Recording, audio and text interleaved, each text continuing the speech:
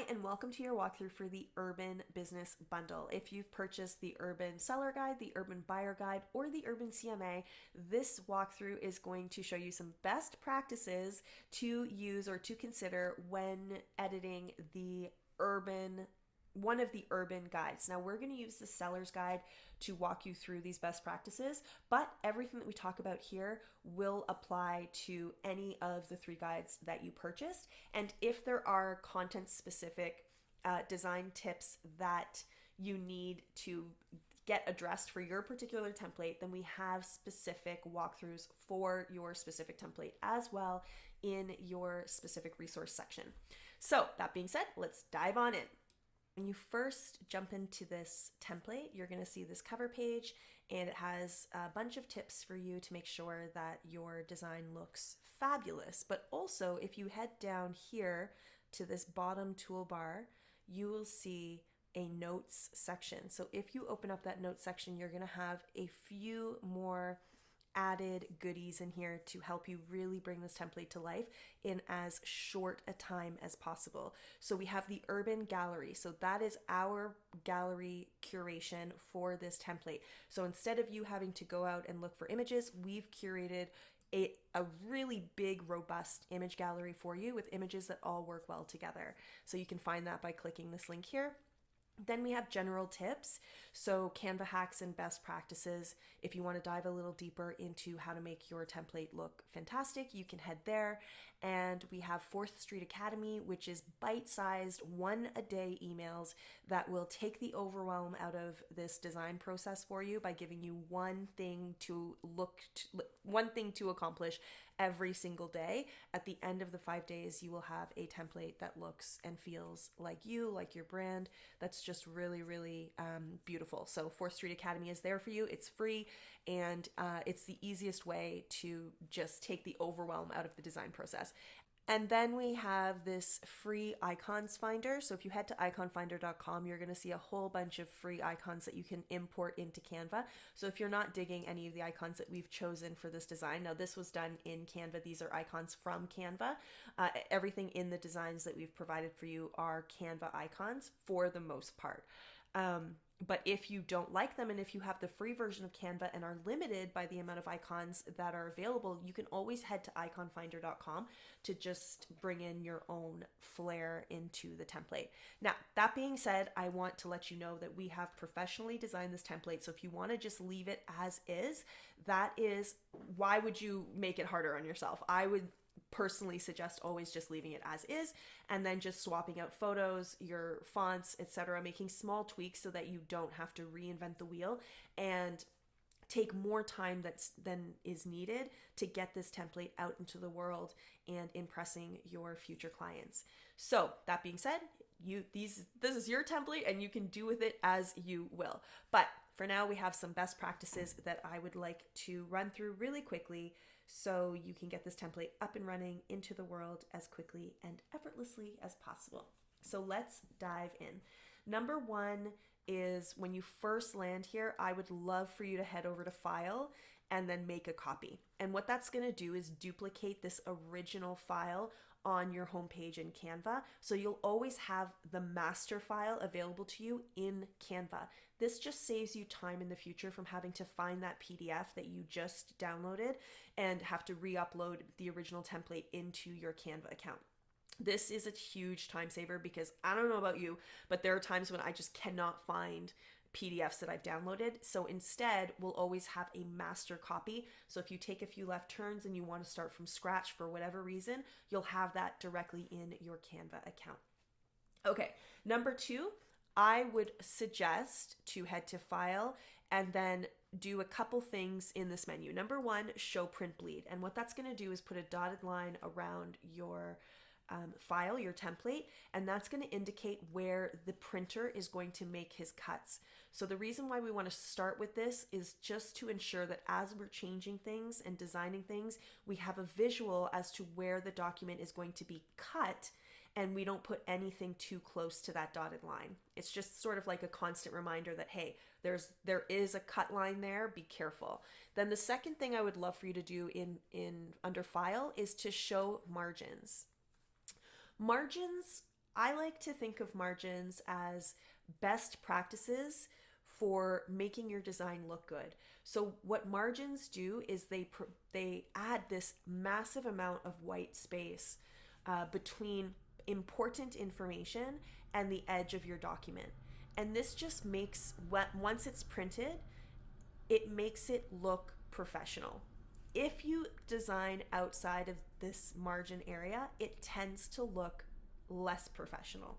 So by adding this to your design as you're making tweaks, you'll know that, hey, if I'm putting my titles here, there's not enough white space between the text here and the dotted line, and that's going to look a little clumsy when we head to print. So it's just sort of a really good indicator and reminder for you as you're designing to keep everything within these dotted lines. That's how you create stellar design. Are there exceptions to this? Absolutely. But if you're not a professional designer, I would say use the margins, because it's a no-brainer. That's just how you're always going to make sure that your design looks professional. So let's talk about how you can get this template up and running within 20 minutes so you can use it as quickly as possible. You're going to use a few tools here. Number one, you're going to want to change all of the colors to your brand colors if you want. You can always leave the colors as is, as they are here if you love them. But if you have your own brand colors and your own brand fonts, I'm going to show you how you can change those up really, really quickly. So number one, let's say you're not digging this dark gray color. You're going to head over to whatever color you want to change, head up to the top toolbar in the color selector, and then you're going to pop your own color in. I'm just going to use one of our saved colors here, but you can always hit this plus sign and put the hex code of your brand color in there. Just to make it easy, I'm going to do that. And then if you scroll on down, not scroll on down, but just look down here, you're going to see this option to change all. So every single instance of color of that black color is going to now change to the blue if I click this button. And that is the easiest way to add your brand elements to this document. It was that simple. Now, also, you can do that with text. So if you have your own fonts, again, you're going to head up to the font selector. You're going to select your own font. So let's say it's Oswald. And you're going to head down here and say change all. And that's going to change all instances of that font throughout the document. You're done. And you're going to do that again with the secondary font. You're going to change it to your secondary font. And then Bob is your uncle. Let's use Open Sans just to keep it. Change all. Okay, so now throughout the entire document, we've changed the fonts and the colors. And if you just scroll down, you're going to see that that's been changed throughout the document. So now we are good to go. The last thing that you're going to want to do to get this template up and running within 20 minutes is to change the imagery. So in order to swap the photos, you're going to add your own. If you have your own brand photos and you know exactly what you're doing here and you're like, you know what, I know what I want to use, then you're going to head over to uploads. You're going to upload your media and you're going to find the photos that you want to upload and bring them in. Otherwise, I would strongly suggest that you use our curated gallery, because we've done the hard work for you. We've curated images for you that work well together and work with the look and style of the Urban. Now, if you do want to add your own images, I want to bring this one thing to your attention. When I highlight the image that's in here and I head over to Edit Image, which is in the top toolbar, you're going to see that there's adjustments that have been made. And that is just we made these adjustments for you to make sure that the images were the right tone and they matched the tone of the document throughout. You might not want these adjustments on your photo. Now, I'm going to show you what happens when you bring your own photo into the adjustments. You'll see here that it's a bright photo, and then when we add it to the photo box, it adopts all of the changes that we made to the last photo, which is great because that means that you don't need to guess as to what adjustments you need to make. We've darkened the images, we've upped the contrast, we've done all of that for you. But if you want the original effect, all you have to do is head to Edit Image, See All, and then Reset. And that will reset the image to its original condition. So you don't have to play around with it trying to make it look just right. Okay, so I'm going to leave it as that darkened image because that's the look that we're going for. And also just remember that there are elements in this template that were very intentionally placed. So when we have this white box around here, we really want it to pop. And by removing that brightness, by upping the brightness, you're losing the effect of this square box. The next thing you might want to do on this cover page is to add your own logo here. And you can do that with a shape. So if you have a square logo, you can always head over to Elements, type in square, and pop that in. It's going to look just as good. And I'm going to show you that in a second. So you're going to pop in your square box with whatever color you want it to be. If you have a square logo, use a square. If you have a circular logo, you can use a circle, and just make the text, this square box, the same color as your primary color in the document, and you'll be good to go. So this should be this blue, for example, and then that will add some nice continuity and a cohesive look throughout. And then your logo would sit in there. So it looks just as good. It's just as clean. You can use the shape that we used there. That would lend itself to more of a square logo. Or if you don't even have a logo, keep what we've done and just put your name in there. Okay, what is next? After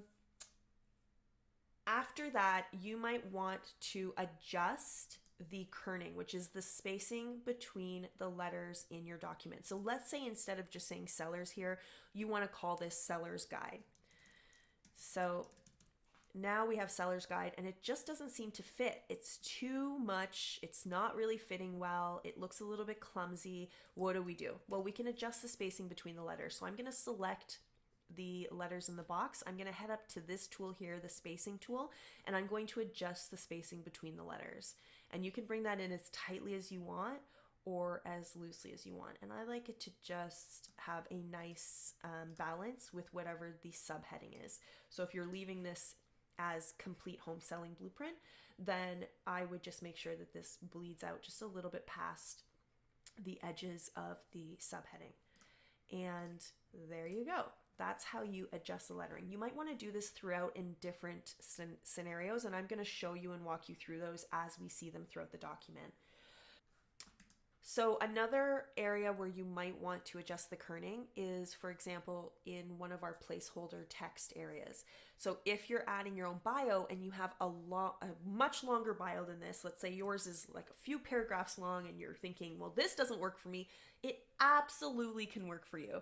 So we have a spacing here on our lettering, both between the letters themselves and between the lines themselves. So you can play around with that so that it works for your content.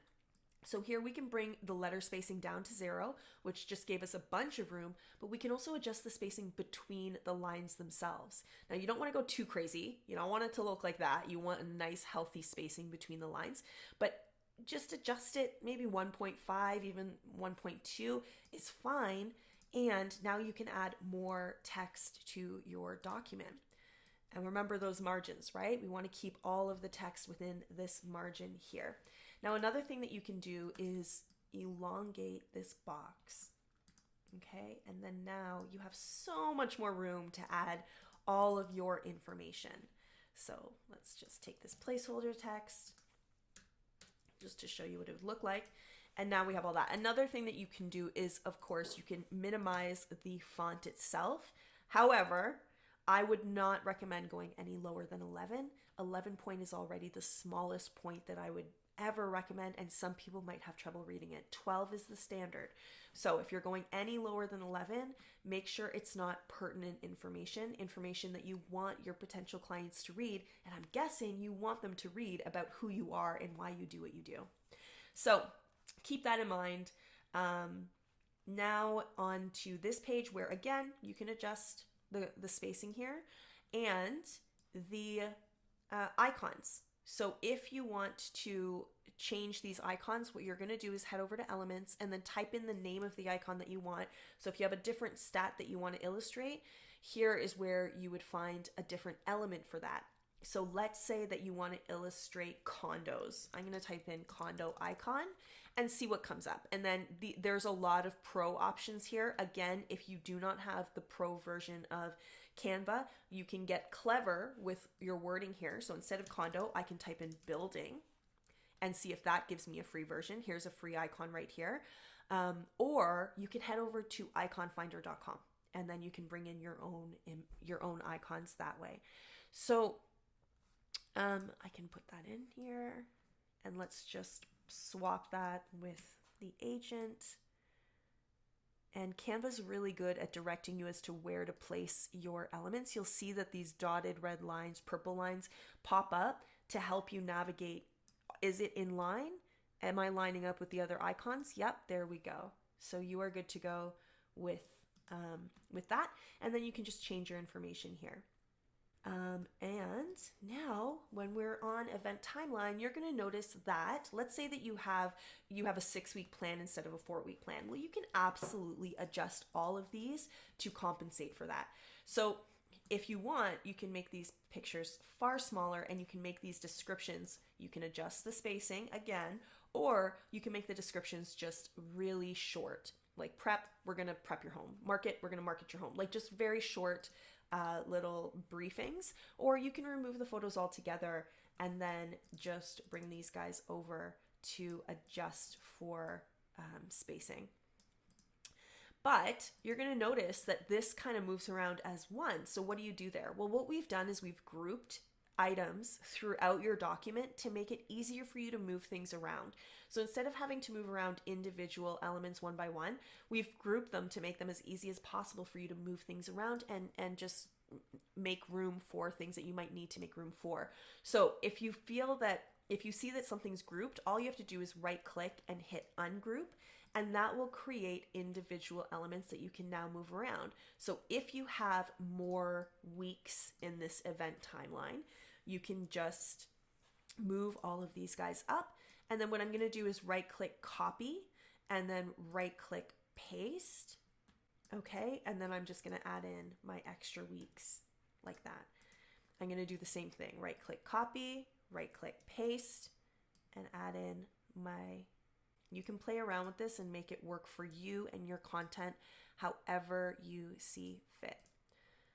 And then when you're done arranging everything, what I would suggest that you do is regroup these items. So you're going to right click, you're going to select everything that you want to have grouped. So select the first item, then hit shift on your keyboard, select the second, third, fourth, while you're holding the shift key down. Then you're going to right click and hit group. I just let go, so hold on. I'm holding the shift key down as I select all these elements, and then I'm going to hit Command G on my Mac keyboard, or you can just right click and group it. But you'll see here that Canva also has these really, really convenient shortcut codes. So these are the keys on your keyboard that you're going to want to hit in order to have this action really simply on your keyboard instead of having to right click. So if you don't want to right click, if you want the shortcuts, these are the shortcut codes here. And once you're done arranging all that, you are good to go. Obviously, you're going to make this look much better than I just did. I just wanted to show you how easy it is to adjust for your own content. Now, again, you can do the same thing with the step-by-step guide. If you have more content that you want to add in for the steps, you can either do the trick that I showed you above, which is just to shrink everything down, like take these images and just make them smaller, or if you don't want to reinvent the wheel because you like the way the layout is and you like the spacing and you like all of that, what you can do is you could add a couple more pages. So this button right here is to duplicate the page, and you can just duplicate that page, duplicate this page. So now we have an extra set of pages. Now you're going to have to rearrange these because we just duplicated the two left pages beside each other. So you're just going to use this arrow here and move it down. So now we have this beautiful, we have 2 more pages of content that we can add. Here is an aside to that. When we head down here to the grid view, I'm going to pop us into grid view here. We get to use this. Yes, I know.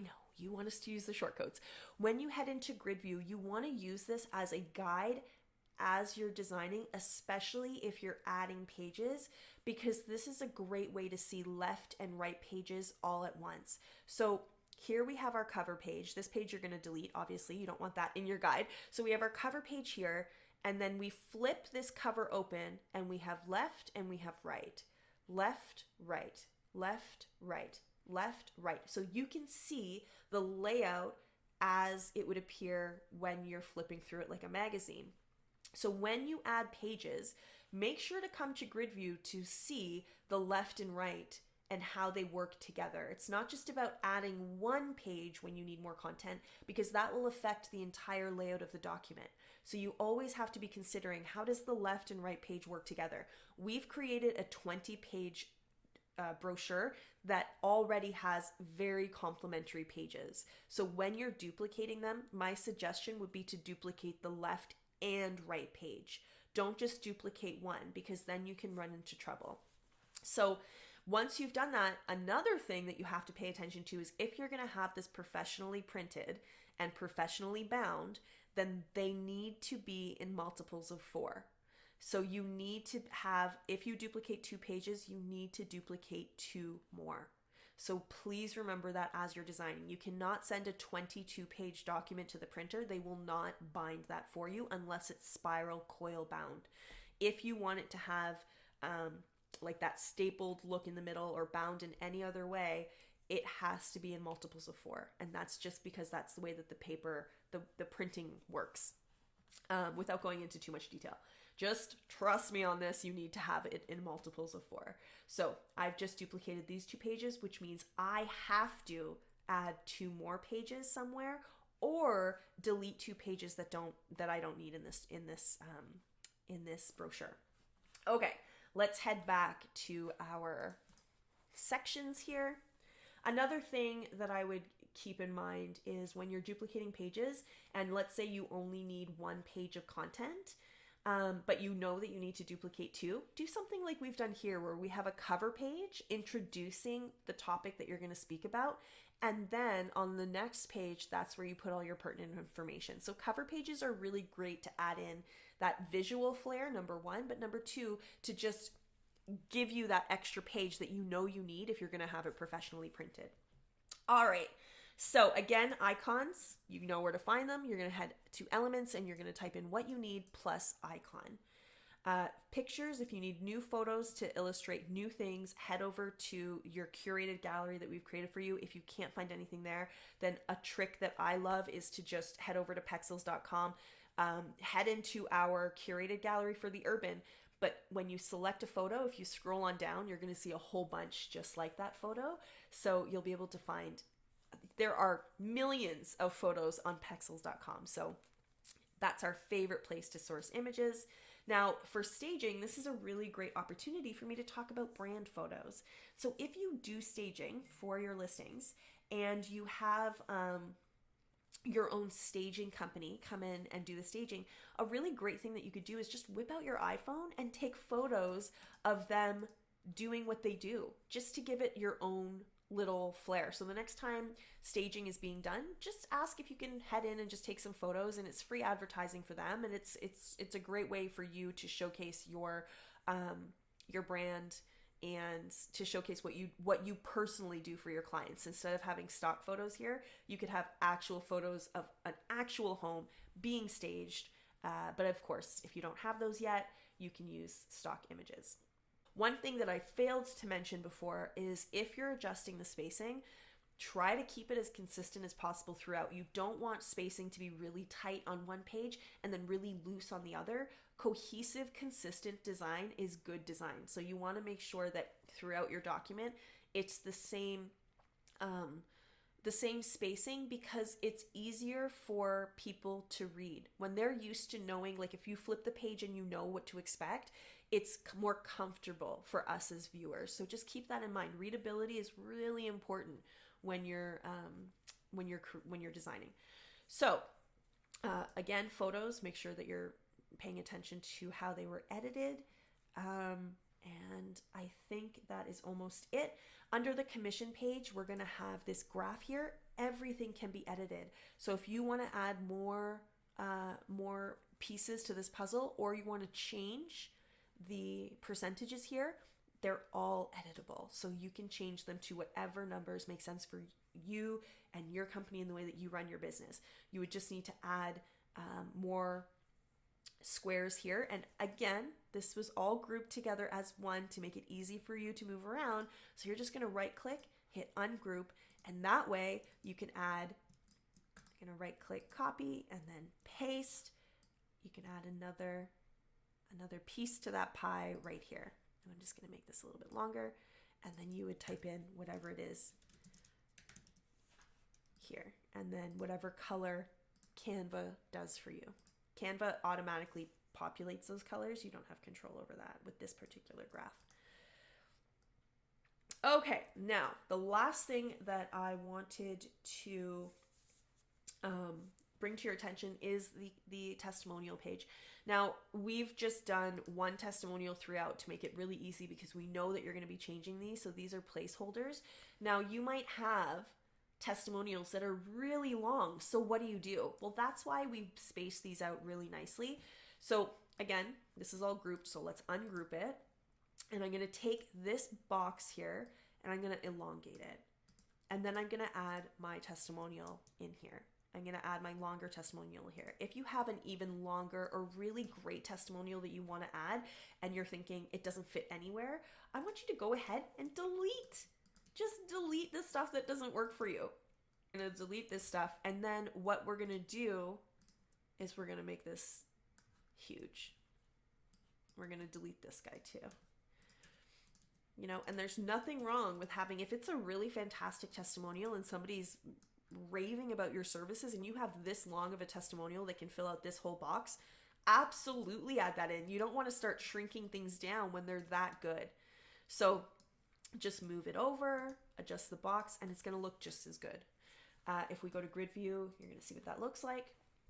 Okay, so we have this really big testimonial here, and then you might have a few shorter ones here. It still looks fantastic. So that's one thing to consider. Also, you can elongate the boxes the other way. So if you need a little bit more room, you can do that. You can bring this guy down. You can bring this guy down.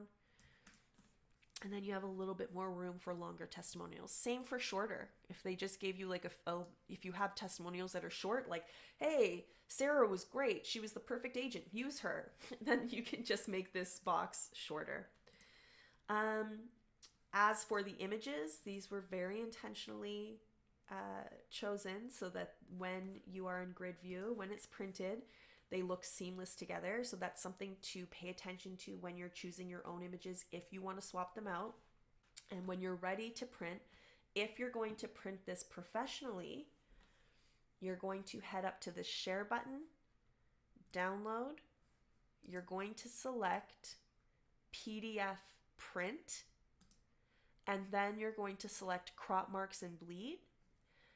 And we're going to do CMYK for professional printing. This is the colors that printers need.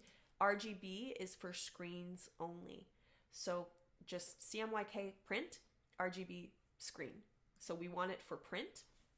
And then we're going to hit download. Okay, so now that it's open, I want you to take a look at a few things. Obviously, this first page you're going to have deleted. You do not want to send this to the printer. Just delete that page in Canva and you're good to go. What I want you to pay attention to here are the crop marks. So we have these crop marks that are going to indicate to the printer where they're going to cut. It's the same positioning as it was in your document with the dotted line. So take a look at this and then do a quick walkthrough of your document and just make sure that nothing is too close to that dotted line. Super important here. You want to have a nice healthy margin between all of your information and that dotted line. Don't ever get too close to it because then the printer might cut it. So once you've given it a good once over, you are good to send it to the printer. Please do not download this file and send it to a professional printer and ask them to print 500 copies without doing the prep work first. Print one off at home. Print one off at your office. Head to a local printer and print one copy off to see how the final result looks. To give it to get all of the intel. I cannot tell you how many times I have sent something to print and ordered 1,000, 2,000, 5,000, 500,000 and had them come back and realize, oh shoot, you know what? If I had just printed off one, I would have made a few changes before committing to this large volume.